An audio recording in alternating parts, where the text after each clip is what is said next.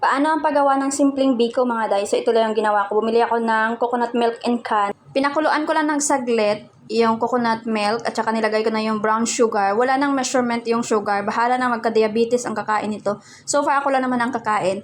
At saka ako na din hahaluin hanggang sa matunaw yung brown sugar natin. So ito na ngayon siya, yung brown sugar natin. Unti-unti nang natutunaw. Hindi ko alam kung mayroon pa. Ayan, wala na. Talagang natunaw na talaga siya ng tuluyan. So ayan, pinakulo ko lang talaga yung brown sugar. Ganyan lang. Bakit niya pagagawing complicated yung paggawa ng biko kung meron namang easy step na pwede nyong gawin, o diba?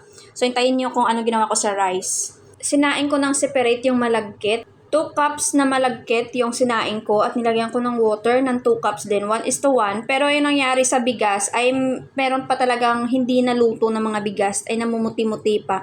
So, wala naman akong choice kaya pinagpatuloy ko na lang kasi ando na eh. Inaantay ko sana na dumikit-dikit lahat ng kanin katulad ng mga binibili kong biko na dumidikit na halos hindi na makuha kapag gusto mo nang kainin. Pero parang malabong mangyari yun sa biko na ginagawa ko. Sa palagay ko mga day, luto na itong biko ko, diba? So, tikman natin yung sariling gawa natin. Pero, naka low flame. I-off ko na din after ko matikman. May mga, may mga puti-puti pa yung bigas. Hindi siguro luto. Ay, kaloka.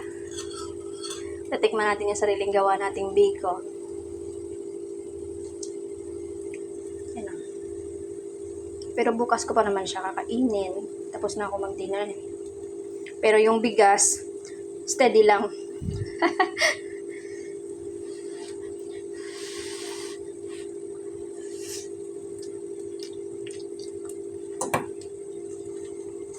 Yung lasa, biko din naman mga day. Diba? So, tama na siguro ito. Luto na to, oh. Medyo malagkit-lagkit na. Gusto ko sana yung medyo dumidikit at saka yung, ang tawag doon? Dukot. Hindi ko alam anong tawag sa Tagalog. Basta yung parang nasa nasa puwet na ng kaldero. Yun sana ang gusto ko. Pero okay naman. Okay naman ang lasa. Biko pa din. Diba? Kahit na parang nabibigas-bigas pa.